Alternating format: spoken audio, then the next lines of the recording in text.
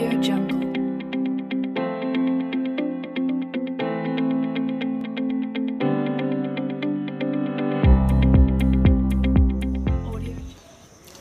बच्चे, आज हम लोग पढ़ेंगे मोशन।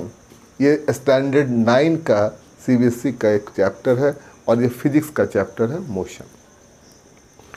बहुत ही इम्पॉर्टेंट चैप्टर है। इसके पहले मैंने केमिस्ट्री, बायोलॉजी ये पढ़ाया आपको, लेकिन फिजिक्स आज पहली बार पढ़ा रहे हैं।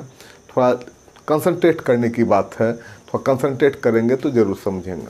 तो मोशन बहुत ही इंटरेस्टिंग चैप्टर है और आप इसको अंत तक वीडियो को देखते रहें, तभी बात समझ में आएगी। और इसका भी मैं पार्ट वाइज पढ़ाऊंगा। मैं पहले ही बतला चुका हूं आपको, मैं स्टेप बाय स्टेप पूरे चीज़ों को पढ़ाऊंगा।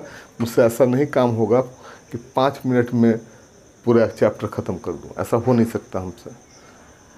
अब ज़रा देखिए, पहले जब हम मोशन पढ़ रहे हैं तो ये जानना बहुत ही ज़रूरी है कि मोशन आखिर होता क्या है। तो दुनिया में कोई भी चीज़ रियल में परफेक्ट रेस्ट में नहीं है। जब हम अर्थ पर खड़े हैं और आप जानते हैं कि अर्थ जो है सन के चारों ओर चक्कर लगा रहे हैं, तो परफेक्ट रेस्ट हो ही नहीं सकता है। लेकिन फिर भी किसी चीज़ को हम लोग को एक रेफरेंस पॉइंट के तौर पर रेस्ट में मानना पड़ता है और उसके कंपैरिजन में हम किसी चीज़ को देखते हैं कि वो मोशन में है या नहीं है। तो मोशन है क्या, जरा इसके डेफिनेशन पर ध्यान देते हैं। When an object change its position with passing of time, समय बदलने के साथ साथ अगर पोजीशन भी कोई चेंज कर रहा है with respect to a reference point, तो उसको हम कहेंगे कि वो मोशन में है। और रेस्ट कहेंगे उसको when an object doesn't change its position with passing of time in respect to a reference point. अब रेफरेंस पॉइंट क्या है? रेफरेंस पॉइंट, किसी भी चीज़ को एक रेफरेंस पॉइंट लिया जा सकता है। जैसे मैं यहाँ पर खड़ा हूँ, मैं इस बोर्ड को एक रेफरेंस पॉइंट मान सकता हूँ। मैं यहाँ पर खड़ा हूँ तो इस दीवार को भी एक रेफरेंस पॉइंट मान सकते हैं। तो हम मोशन में है या रेस्ट में है, अब आपको जज करना है। अगर मैं यहाँ पर खड़ा हूँ और इस बोर्ड से हमारी जो दूरी है, जब तक मैं पढ़ाता रहूँ ठीक उतना ही सेंटीमीटर है, जैसे मान लीजिए कि 10 सेंटीमीटर दूर पर खड़े हैं, तो मैंने कभी भी अपना पोजीशन एक रेफरेंस पॉइंट के रिस्पेक्ट में नहीं बदला, और चाहे समय कितना भी बीत गया तो मैं ये माना जाऊंगा कि मैं रेस्ट में हूँ। और अगर सोचिए, मैं इस दीवार के इसको रेफरेंस पॉइंट मानते हैं और कभी मैं इधर थोड़ा सा हट जाता हूँ, तो क्या होगा, मैंने समय के बदलाव के साथ साथ इस दीवार से थोड़ी अपनी दूरी को बढ़ा लिया, या ऐसा भी हो सकता है कि मैं इससे दूरी थोड़ा घटा लिया। तो इससे क्या होगा? इसका मतलब है कि समय के अंतराल के साथ साथ इन रेस्पेक्ट ऑफ टाइम के बदलाव के साथ साथ हम अपने रेफरेंस पॉइंट से या तो नज़दीक आ गए या तो फिर दूर चले गए। तो इससे क्या हुआ, मतलब हम मोशन में आ गए। अब रेस्ट क्या है, इस बात को, रेस्ट को समझते हैं कि रेस्ट क्या है। रेस्ट में ऐसा है कि जब कोई ऑब्जेक्ट अपने रेफरेंस पॉइंट से बिल्कुल ही अपने पोजीशन को चेंज ना करे, चाहे समय कितना भी बीत जाए, तो उसको हम रेस्ट में मानेंगे। मान लीजिए कि 2 विद्यार्थी हैं, दोनों साथ में दिल्ली बैठकर जा रहे हैं, तो वो 10-12 घंटे के बाद उतरेंगे और दोनों का सीट अगर बगल बगल में है, मान लीजिए ये पोजीशन है दोनों का सीट का, तो चाहे वो कितना भी समय बीत गया, लेकिन उन दोनों के बीच में अगर 1 फीट की दूरी थी और वो 1 फीट का दूरी यहाँ से दिल्ली तक बना रहा, तो वो दोनों बच्चे आपस में कभी भी मोशन में नहीं रहे, क्योंकि उन दोनों का पोजीशन कभी भी आपस में चेंज नहीं किया। लेकिन वो चढ़े थे पटने में और पहुंच कहाँ गए? दिल्ली। तो बाहर के चीज़ों के रिस्पेक्ट में अगर उस ट्रेन चलती रही, बाहर के चीज़ों के रिस्पेक्ट में उन बच्चों का जो पोजीशन है वो लगातार चेंज करता चला गया। कभी वो पटने जंक्शन से 2 किलोमीटर दूर गए, कभी 10 किलोमीटर दूर हो गए, कभी 1000 किलोमीटर दूर हो गए, कभी 1200 किलोमीटर दूर हो गए। तो इस तरह से उन लोगों का पोजीशन अगर पटने के वो जो प्लेटफॉर्म से देखें तो उनका चेंज हुआ। इसका मतलब है कि वो पटने के प्लेटफॉर्म के रिस्पेक्ट में अपना पोजीशन को चेंज किए, यानी कि वे मोशन में आ गए। लेकिन वो दोनों बच्चे जितने दूरी में पटने में चढ़े थे उतना ही दूरी पर वो लास्ट तक रह गए, इसलिए वो आपस में कभी भी अपना जो पोजीशन चेंज नहीं किए, आपस में रेस्ट में रहे। ये हुआ हमारा रेस्ट एंड मोशन। अब रेस्ट एंड मोशन को समझने के बाद हम लोगों को दो बातें और यहाँ सीखना पड़ता है इस चैप्टर में, जैसा कि डिस्टेंस और डिस्प्लेसमेंट में क्या अंतर है। अब डिस्टेंस और डिस्प्लेसमेंट में क्या अंतर है, तो पहले हम पढ़ते हैं डिस्टेंस। डिस्टेंस है the actual path, the actual path travel by an object. The actual path travel by an object. अब ये actual path travel by an object क्या होता है? अब जैसे देखिए यहाँ पर है, ए पर कोई आदमी खड़ा है, वो 3 मीटर नीचे आ गया, वो 3 मीटर मान लिया जाए नॉर्थ की ओर, साउथ की ओर चला, फिर वो 5 मीटर ईस्ट की ओर चला, और फिर वो 7 मीटर या 4 मीटर मान लिया जाए, 4 मीटर वो वेस्ट की ओर चला, साउथ की ओर चला, सॉरी 4 मीटर नॉर्थ की ओर चला। तो उस ऑब्जेक्ट के द्वारा जो रियल ट्रैवलिंग की क्या हुआ, वो कितने डिस्टेंस कवर किया, 3 मीटर, 5 मीटर, 4 मीटर।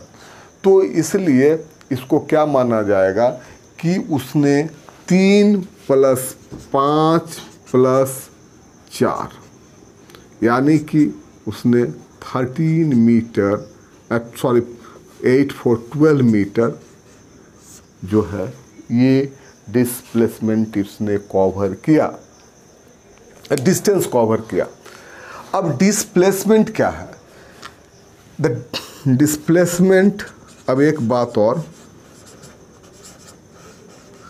हम लोग जानेंगे कि डिस्प्लेसमेंट किसको कहते हैं।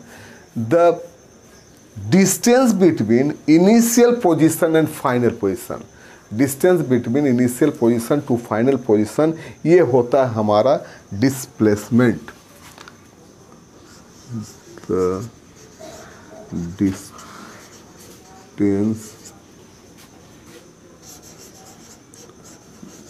Between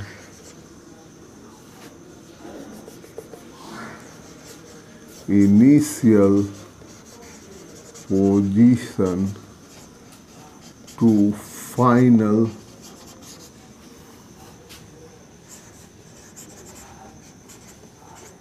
position travel by an object.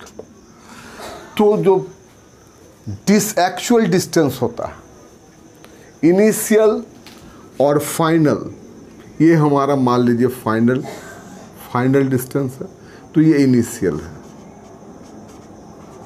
और ये मान लिया जाए कि 8 मीटर है, तो इनिशियल और ये है फाइनल। तो इनिशियल पोजीशन से जब ट्रैवल होकर वो ऑब्जेक्ट रुका, तो फाइनल पोजीशन में जो डिस्टेंस था उसको माना जाएगा डिस्प्लेसमेंट। ये जो A to B, B to C और C to D पर आया, तो AD जो है वो जो 8 मीटर है, इसको माना जाएगा डिस्प्लेसमेंट।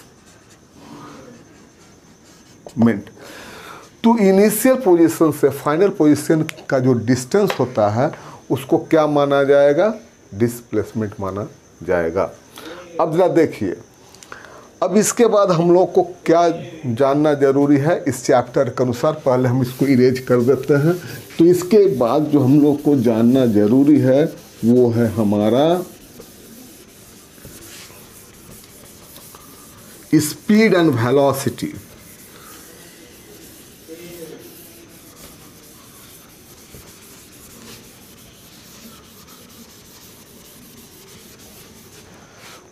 तो हमारा जो है जानना जरूरी है स्पीड एंड स्पीड। पहले हम लोग जानते हैं स्पीड क्या है। तो स्पीड जो है न्यूमेरिकली हम लोग स्पीड के बारे में यही जानते हैं कि स्पीड इक्वल टू होता है distance by time. That means distance travel in speed. Speed means distance cover by an object covered by an object in unit time।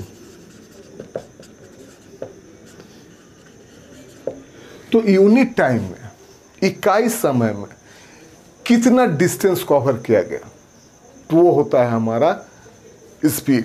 तो स्पीड का जो हमारा इक्वेशन होगा, स्पीड बराबर, आप लोग बचपन से ही पढ़ते आ रहे हैं, डिस्टेंस बाय टाइम। तो डिस्टेंस और velocity,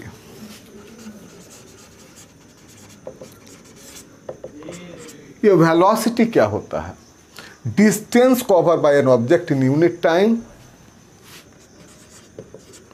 distance cover by an object in unit time in a particular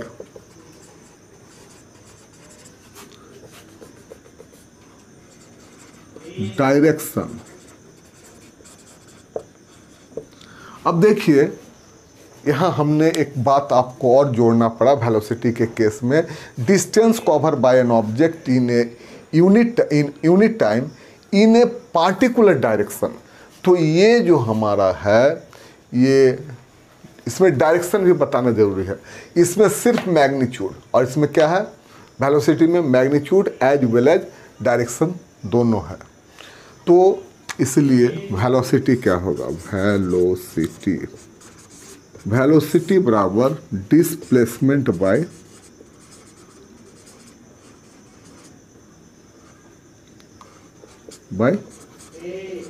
time, इसी को कहते हैं वेलोसिटी।